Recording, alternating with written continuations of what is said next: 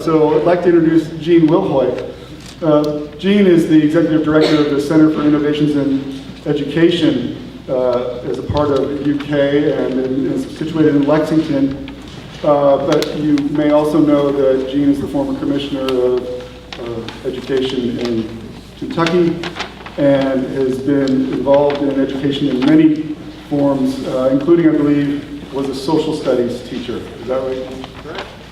What you might not know about Gene, that he and I were discussing this morning, we were talking about our hobbies, and Gene's a gardener, an avid gardener, and so that involves beds of herbs and perennials and annuals, and I couldn't help but think that there's got to be some metaphor there between Gene's passion for gardening and being able to nurture and grow plants every year, and the work that we do in education. And so, as we move forward with the morning, please welcome Gene Wilhoit.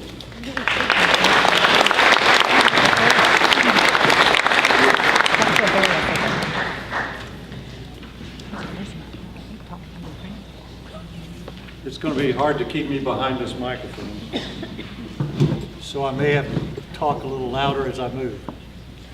It's good to be with you. This part of the program, we'd like to do two things. We're going to build off of the exercise that you just engaged in. You've gotten a chance to talk to each other. You have a general sense of where your strengths are, some areas where you need to improve. I'm going to step back a moment and just remind us about the gestalt of all of this. It's good to have entry points. It's good to build off your strengths, but I want to remind you that this is really about bringing all those pieces together in a really comprehensive way. And then once I do that and we do a little work at your tables, I'd like to shift to this idea of assessment. I do believe that we're on the wrong track in this country around assessment policy, and I want to put something in front of you that I've been working on. Wrote a piece that's gotten quite a bit of national attention with Linda Darling-Hammond. And we have last week our first state got approval to try this out as a different design for working with students. So we'll do both those things this morning. I'd just remind you that in your packets are a couple of things that you can take with you. One is the reference chart about the areas that I'm going to talk about. It's a two-sided piece. And it's called Creating a System of Personalized Learning. And then the other is a checklist on the 6 critical attributes. And I'm going to ask you to use this morning. It's a blue-green document. And the purpose of this is for your internal use. But I do think we could, we're just finishing the first year of the project. And although it may sound like a lot of time to have 3 more years of work, it's really important that now that you have 1 year under your belt, it's important for you to get a sense of where you're going to go this next year. This is a year of action for the work within the districts and across the district. And that's a wonderful part of this, is the ability of all of you to interact with each other and learn from each other. So what I put down here is where are we now on each of these areas as I go through them. Take some notes. I'll give you a little time between them to talk to each other about them. And then begin to have a conversation about where we think we want to go in this next year, in the next 12 months or so. And then following John's comments earlier, if you're going to get there, you may need some help from other districts, from the folks at UK, from other folks, but at least begin to identify what you're going to need to help you move along. Is the chart clear enough for everyone? So, all right, so let's step back a minute. All right, if we don't agree on this one, then I'll just sit down. You guys can do whatever you want. But I hope everybody in this room has internalized this new mission that we have for our kids. And if we don't internalize this as an education community, I have great fears about what's going to happen to this country. We are going to move from where we are right now in graduation rates to graduating virtually every one of our kids. Everybody agree with that? Now I don't know what your graduation rate is right now, but that gives you a good benchmark. Whatever it is, 75%, 80%, 85%, you've got a gap to close. So the first assignment I think that we need to internalize is that we're going to do whatever it takes to move from that graduation figure we have right now to virtually all students. In that calculation, it's not just gross numbers. You need to be looking at subpopulations of those kids also. Who's not graduating? Why are they not graduating? What is it going to take? But we've added this kicker to the mix, haven't we? We've got a new definition of what it means to be prepared when you leave high school. And that new definition is they got to be ready for the next step of education. Every one of those graduates, virtually every one of them, ought to be prepared for another level of learning. And I don't mean a traditional four-year degree necessarily. They could learn in the military. They could learn on the job. They could learn in a community technical college kind of system against a trade definition. But every one of them that leaves that stage on graduation must have some plan for growing as they move forward. The reality is that a high school degree these days is not a ticket to success. You got to have it. It's an entry point to the next level. So we've changed what that means in terms of a graduate. So we've got to move away from the fact that they entered a whole bunch of courses and succeeded with an A or a D. We've got to move from they passed a number of classes without any sort of standard to an agreement about what college and career readiness really means. So, for me, I think you guys are working really hard. I know you are. I know you're really committed to the kids. But I think it gets back to the whole purpose of all of you being together. And that is you can continue to work as hard as you can, and I think you're going to fail unless you begin to take into account that we've got to start thinking about enabling learning. Enabling learning for everyone, not fixing pieces that we've inherited. Okay? It'll take every one of us to do this. The state's got to help you. They're going to have to change some of their policies in order for you to be successful. And you're going to have to work very hard in implementation. But this is not something you can do in isolated ways. So, we've got new goals that we're beginning to talk about. I'll talk about those in a second. We're going to have implications about what that means in terms of how we shift practice from what we've been doing to what we're going to do under this new system. We're going to have to challenge the structures that we have in place. We're going to have to think about ourselves as important agents to bring about a new design in the future. And we're going to have to build this kind of coalition that I talked about earlier. Now, I think most people have been saying to you, you got to change. We're telling you got to change. This is the bar you got to meet. This is what you got to do this year, the next year, and next year. I think this last point is really important. We've got to change that to a mindset where we're working together. And the real leadership for all of this is not going to come from the state. It's going to come from the hard work that the students undertake and the work that you do in the district. They are a partner with you, but we've got to turn this thing around. So, what's it going to take? And I use this phrase, personalized learning. I notice that other people are beginning to use it also. And by that I mean that we have to think about what are these kids learning, and do we need to change that definition of what they're learning? And does that need to be in line with the realities of success or failure that they're going to face after they graduate? And I think some of the things we've been expecting of kids don't get them there. So if we're going to personalize, we've got to first decide what it is they need to know and be able to do. That's a community conversation. How they learn it. Are we teaching kids in ways, are they learning in ways that are really exciting to them, that are relevant to their lives, that make sense and will guarantee a positive outcome? When they learn it in their world, my goodness, learning is happening, exploding everywhere, and yet we can't say learning is confined to those four walls that we have called schools. And where learning happens, is it appropriate for us to begin to think about maybe kids could learn in communities? Maybe you could learn from folks who are not teachers.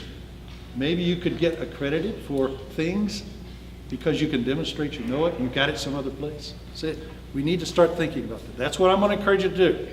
I'm out there on the edge. I know that. And you need to question everything I'm saying. But I'm saying to you, don't shut these things down. Your mindset needs to be around how can we get to every kid and every kid successful. And if we're going to do that, I think we've got to challenge these things. So, what are we going to learn? How are we going to learn it? And how will we show it? Are really important questions that we need to be asking each one of our kids. And the kids need to be asking that of themselves. So, we set high expectations. We make sure that those expectations are mastered, and we can show that they're mastered. And kids can show that they've mastered it. We need to make sure that those definitions are broader than some of the things we've had in the past. And by personalization, it's not just simply being clear about where we're going, it is designing pathways for those kids. Every kid cannot learn in the same way. None of us in this room learn in the same way or at the same pace. We shouldn't expect that of the kids. But we have set up a school where we do that inadvertently. And then we compromise and we work around that as best we can. Very hardworking people trying to figure out ways to personalize, but then we keep the system in place that we've always had. So you inherit a classroom of 15-year-olds who have grade spans from 4th grade all the way to college readiness. And you're saying to them as teachers, I've got to reach every one of you kids. Let's begin to think about some design principles around this. Okay. So, here we go. There's clear high expectations. There are competency-based learning. That's how we determine whether the kids are there or not. And you do it in a personalized way, customized pathways. Those become the central kinds of organizing principles that I think I would challenge you to begin to have in a conversation. Have we clearly articulated what those expectations are for our kids? Can we state those in a way that are understandable, that are observable, or measurable by the kids? And have we then decided how we're going to measure whether kids have made those or not? It can't be just passing through a bunch of gates. I'm advocating that they've got to demonstrate in some way that they have mastered it. If they can't demonstrate that they've mastered it, they don't move ahead. They move ahead when they master. If they master quickly, they move ahead quickly. If it takes them a bit longer, then you work with them until they get it.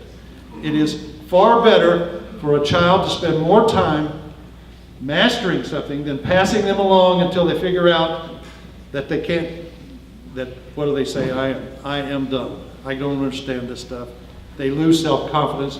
They're so far behind they can't do it.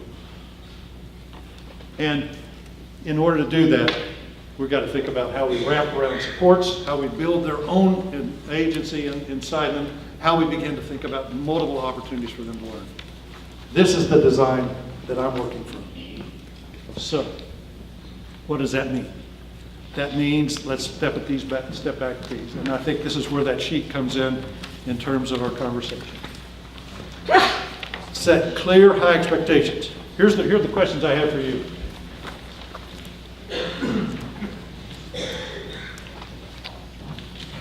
This is sort of a checklist. Let's see.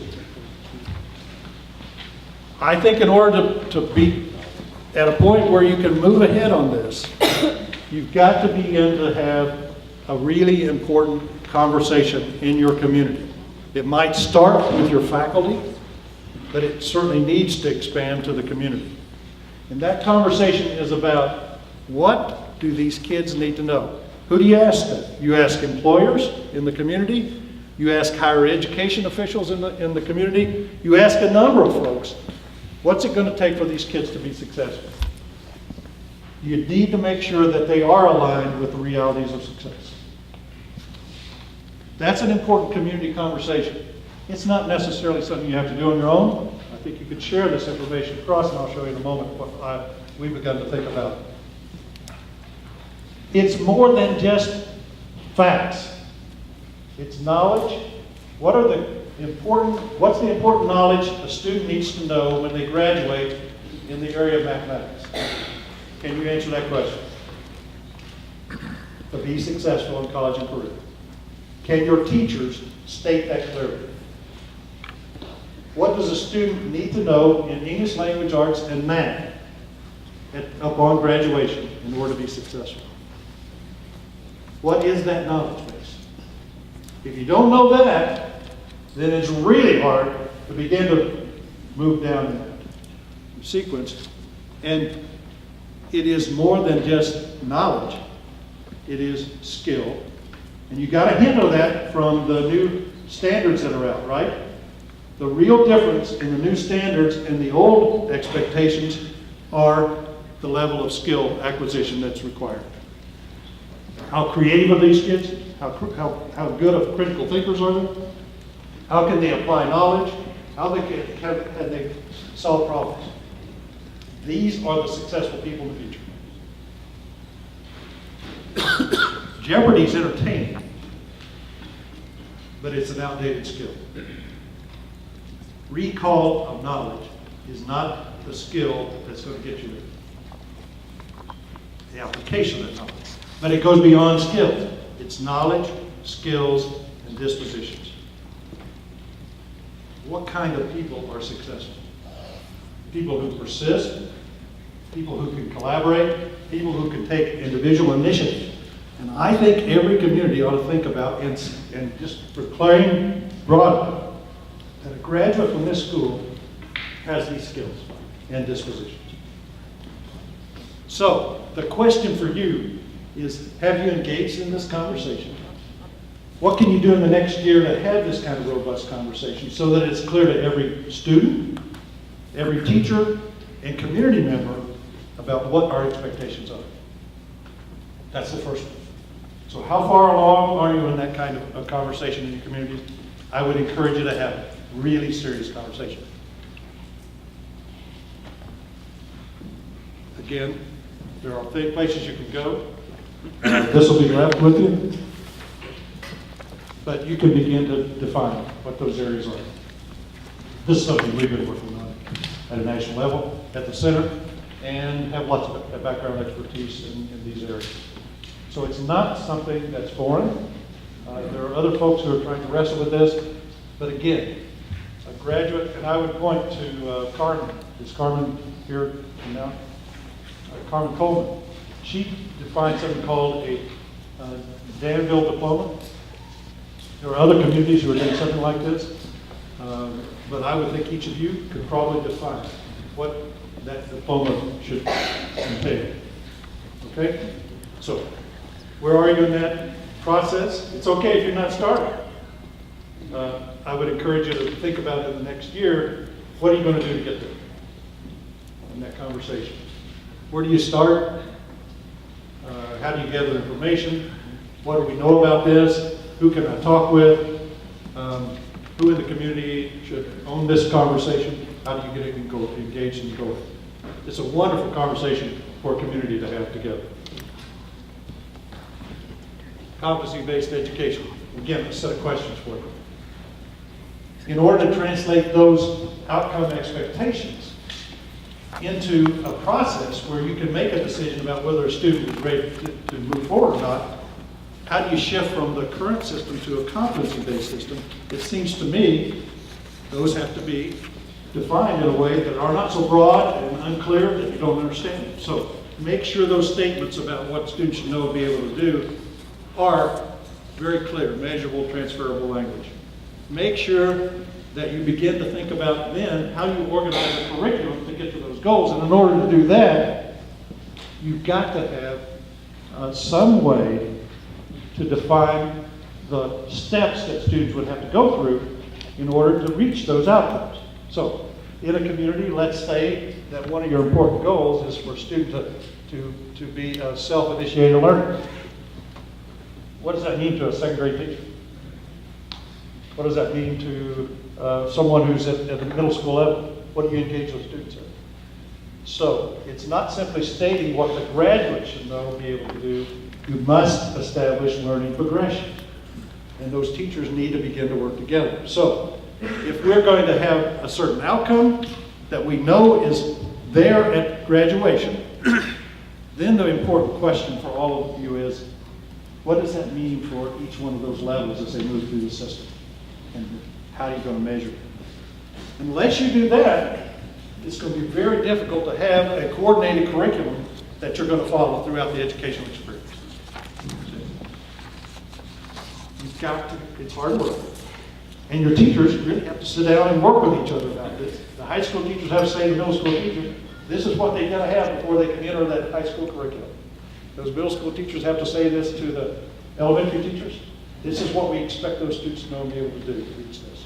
And you lead through a set. Again, this is not something you have to do alone. There are people who are doing this right now.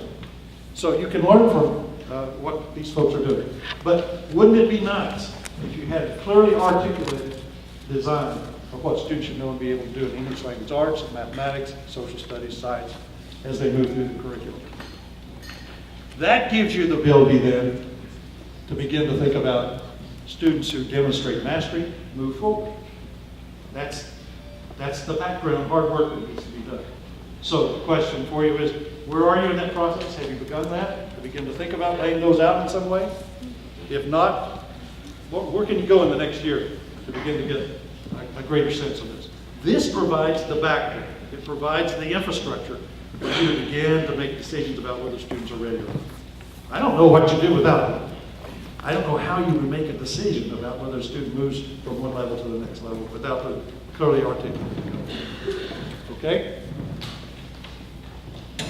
And then we begin to talk about how you operationalize that in a way that every student is taken care of and every student is attended to.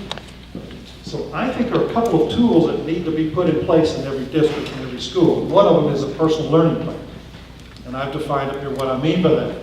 And so I think these can be technology-based, should be technology-based in a way that you keep this personal learning plan. Again, you notice I say up here it's owned by the learner.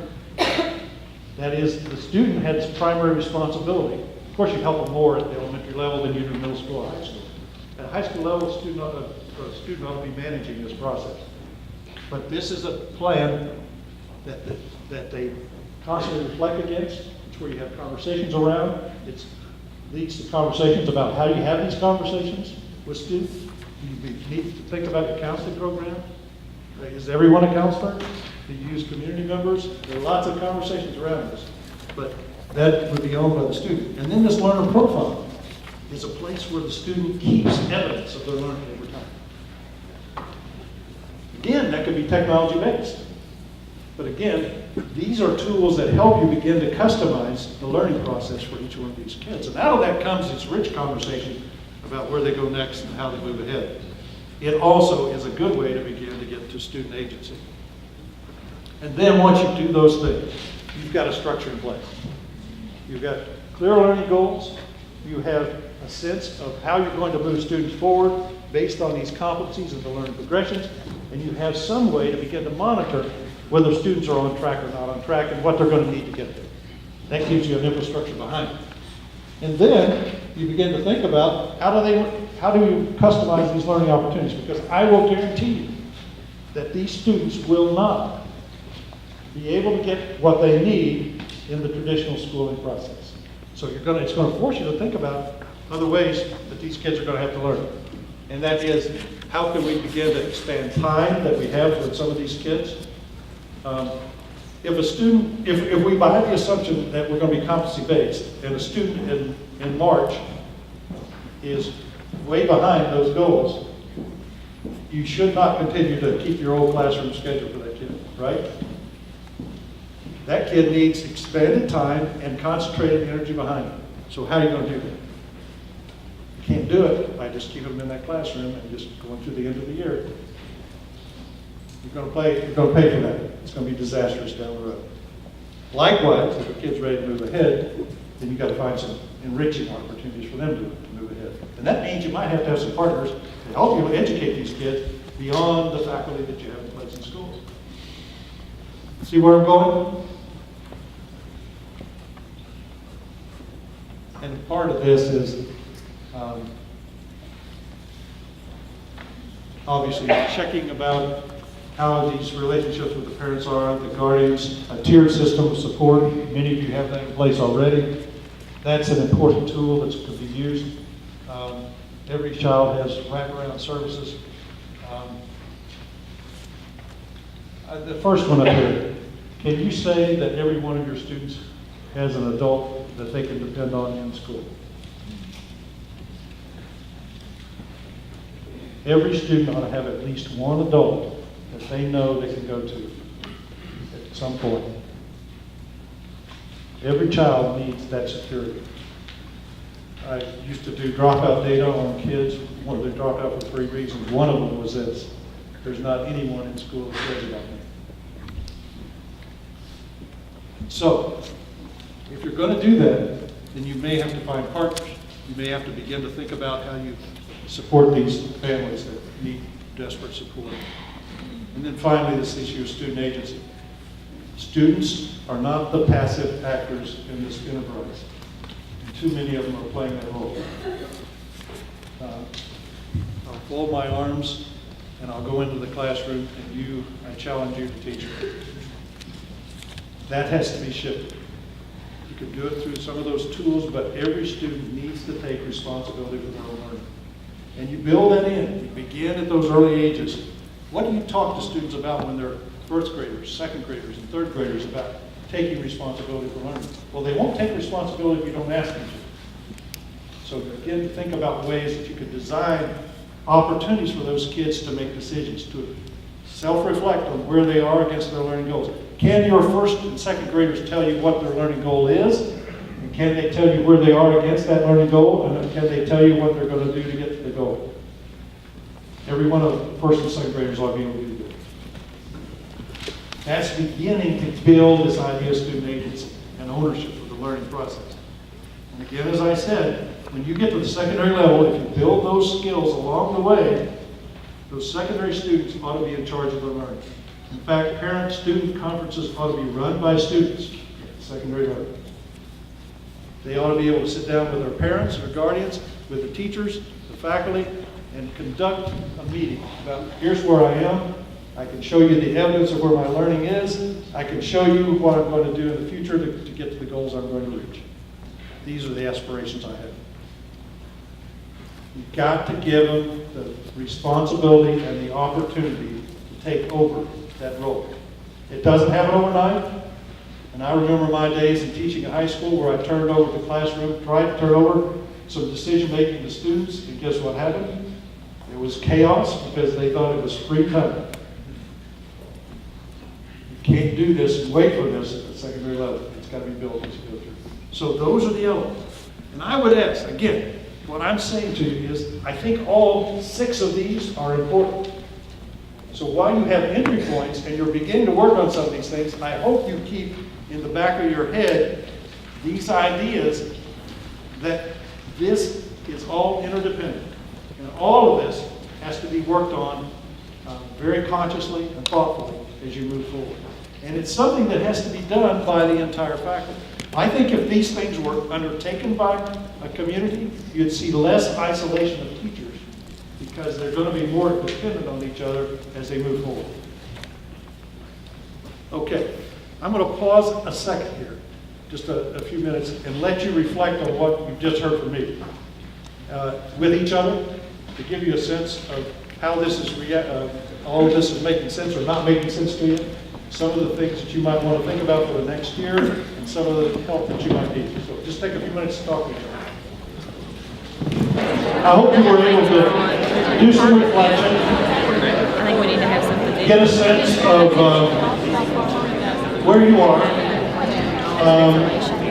Very quickly, I don't think you'll be able to do these things without taking on this issue of assessment and accountability. What I put up here, hope people are back, we'll leave all this with you. When I was commissioner, this whole conversation around accountability came up. The original purpose of state summative assessments was to determine institutional accountability. The idea behind it was that if we could measure periodically, annually, through a variety of instruments, as best we could issue some status of whether a school, a district, was meeting its compact with its parents. That was the simple idea. The Feds got a hold of it. And then we began to think, well, if a little bit of guilt it will work, let's add some more.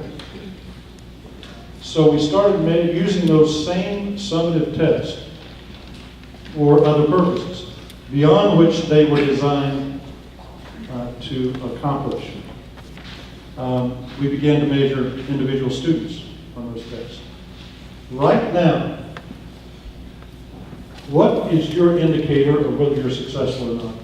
Your individual students. How do you make that determination?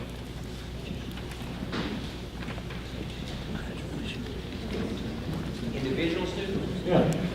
Or they still be great? Great. How does that align with the state test? Not at all. And the biggest issue I have with this is, why do we have two systems in operation? Why do we have one system of public accountability based on a state test? And you all are going around that and making other decisions about individual students because you don't have faith that the results from that test are good predictors of your student progress. Am I wrong? So, we're in a mess, aren't we? I guess a couple things bother me. One is the limited ability of those state assessments. I don't care how good they get. The limited ability of those state tests to give you accurate information about individual students. They're samples. They're covering a broad curriculum. They're being administered in an inexpensive way, and they are therefore fairly simplistic in their design. Multiple choice, short response. We tried to do some things broader than that at one time. We're not doing them now. And then those kinds of tests, for expediency, for all kinds of reasons, are now becoming the indicator of whether you're successful or not as a teacher, as a student, as a school, as a district. And the real problem with this is we're not getting information back into the classroom to provide the kind of richness that you need to make adjustments in the teaching process and to help those students redesign their learning programs. That's the real benefit of a strong assessment system. So what we're now arguing is that we've got to do something about this. And I know this is true. In the secondary level, I know your teachers are saying to you, but I gotta do well on that test. I don't care what you say, our reputation is based on that test. And my point is, as long as we chase that test, we're going to do harm to kids.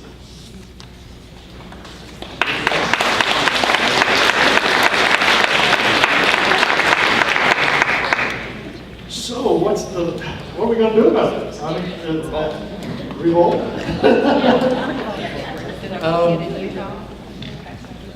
So I guess the thing is, and you know, you begin to hear parent concerns. You were mentioning the student revolts and so forth. You know, state testing doesn't take a lot of time. What's happened? In order to predict on that state test, we're giving more tests at the district and school level. So the real additional test items that are being designed are not the state test. They're all those other things that we do. And where are you getting those tests? You're buying them from vendors who tell you, if you take this, it's a good predictor of whether you can do well on that test or not. And I can tell you they will not. Those are poorly designed tests that mimic the poorly designed summative tests. And they're not connected to what you're doing in the classroom. So, what I'm arguing right now is that, and we were successful last week in getting our first state, New Hampshire, to come up with a new design. It's based on a piece that I did with Linda Darlington called 51st State Accountability Structure. And this is what we want to begin to move toward. This top-down driven, externally motivated kind of change is not consistent with any kind of motivational piece that you would read today. About ownership, about motivation, about purpose, all of those things. So, I think we need to begin to talk about accountability very differently. This is the piece that I did.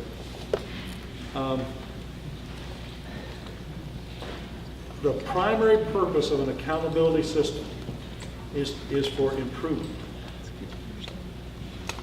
The primary, if you were to take that in reality today, the primary purpose of accountability is not improvement. It's to sort and rank. Okay? So, how do we build a system where you can, folks are accountable for building the kinds of improvement processes they need out of that information to improve? Accountability doesn't equal testing. So this step in between setting standards, and I'm a strong believer in setting, as I said a moment ago, I think the important activity that every district needs to engage in is setting those expectations for students and being very clear about that. But you don't jump from that automatically to developing a test and responding to a test. There's a lot of work in between there that's much more important. And I think Tom Guskey's going to get into this a little bit later. So, yeah, we need an accountability structure that's anchored in the expectations. I'm not sure we could say that right now, right? Are we clearly aligning those summative assessments with the outcome expectations that we have for our kids? Testing company will tell you they are. Again, the primary purpose here is educational improvement, not determining status. Everybody in this has skin in the game. There's responsibility at the state level, there's responsibility at the district, school, teacher, student level. We ought to build a sense of accountability on the part of every actor. It ought to focus on the right kinds of learning goals that we have in place.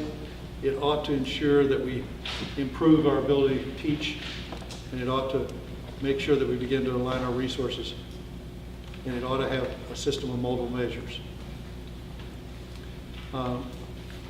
I think transparency is a wonderful accountability tool. And it depends on what you're transparent about. Transparency around a test score is inadequate.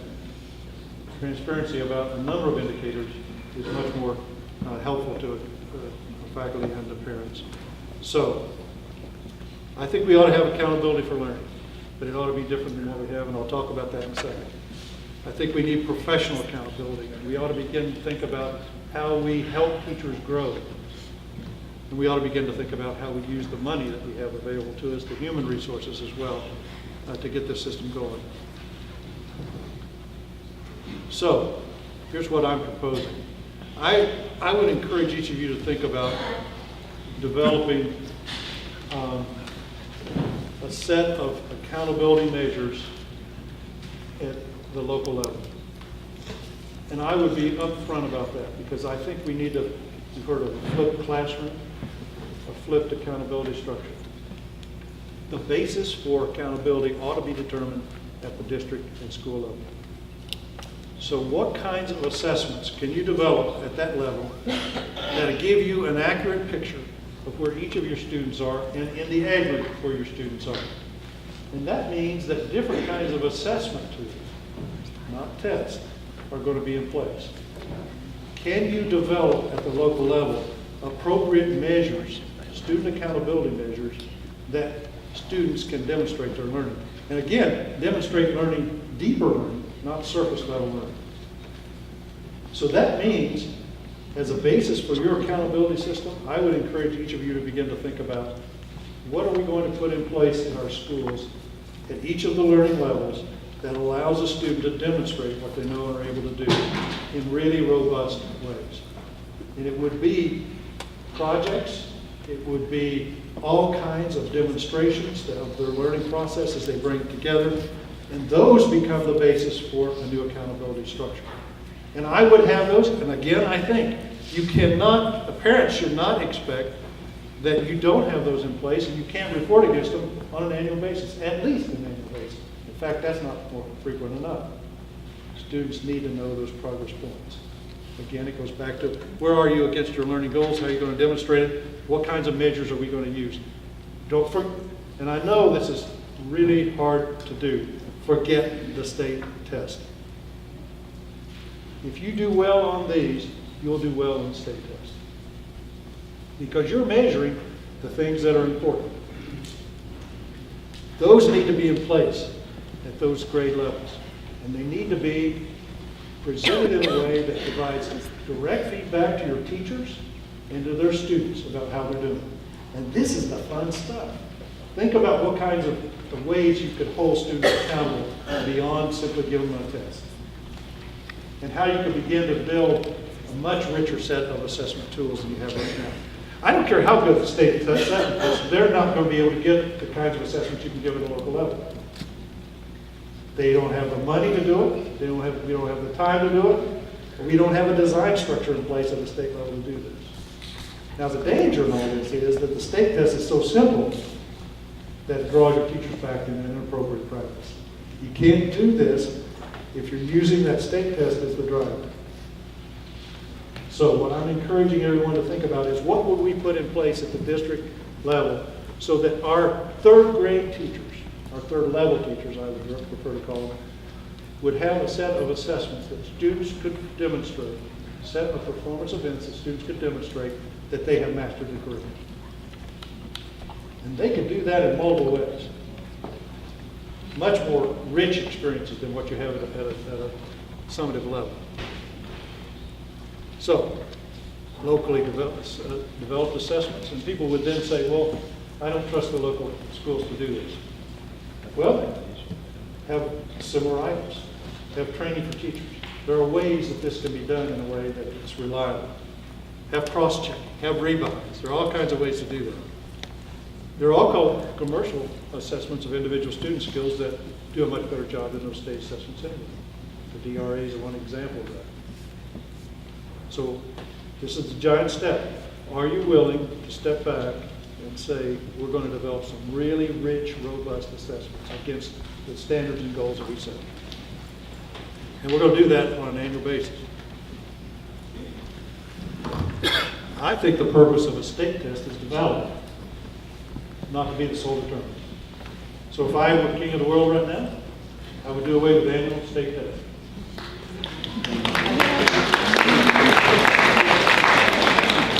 But I do think the state has a responsibility to say to the public, this school's doing it right. So how do you do that? You validate it at intervals. Maybe once elementary school, once middle school, once high school. And the whole purpose of that state test then becomes, is that result of that test consistent with the results that are being reported at the local level? Again, the local level decisions are the ones that determine where students are and whether students advance and how they advance, and what experiences they have. That becomes a every student should have some sort of challenge for a graduation portfolio. And that should be long-term, it should be rich, it could be deep into one subject, but it ought to draw from multiple disciplines. The student ought to spend a semester working on this kind of portfolio. So as you see what you have, local assessments on an annual basis, state validation, and the only reason for the state doing this is to determine consistency of results. And if those results are inconsistent, then we got a problem that we have to deal with. But only in that case. Data come out of that that is richer than what we have right now. We get assessment, much more accurate assessment of where students are. And here's how it plays out in one district that we've just got federal approval to do. And this is a pretty complex little thing. But it all starts with what in this district are our students going to know, what skills are they going to have, and what kinds of dispositions do they have when they graduate, and how are we going to articulate that through the grades. We develop really rich learning experiences around that. Those learning experiences are consistent with the state expectations.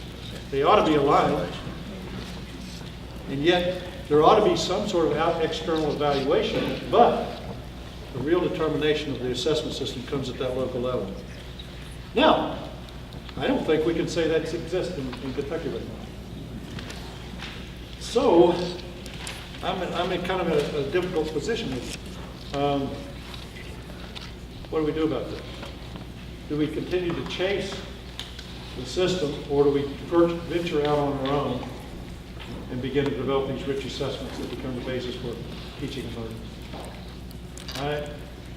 I'm not in your seat, but if I were, this is where I would go. And then I'd start trying to leverage the state to go in another direction. Okay, Linda, I think I'm at that end, right? So it's up to you.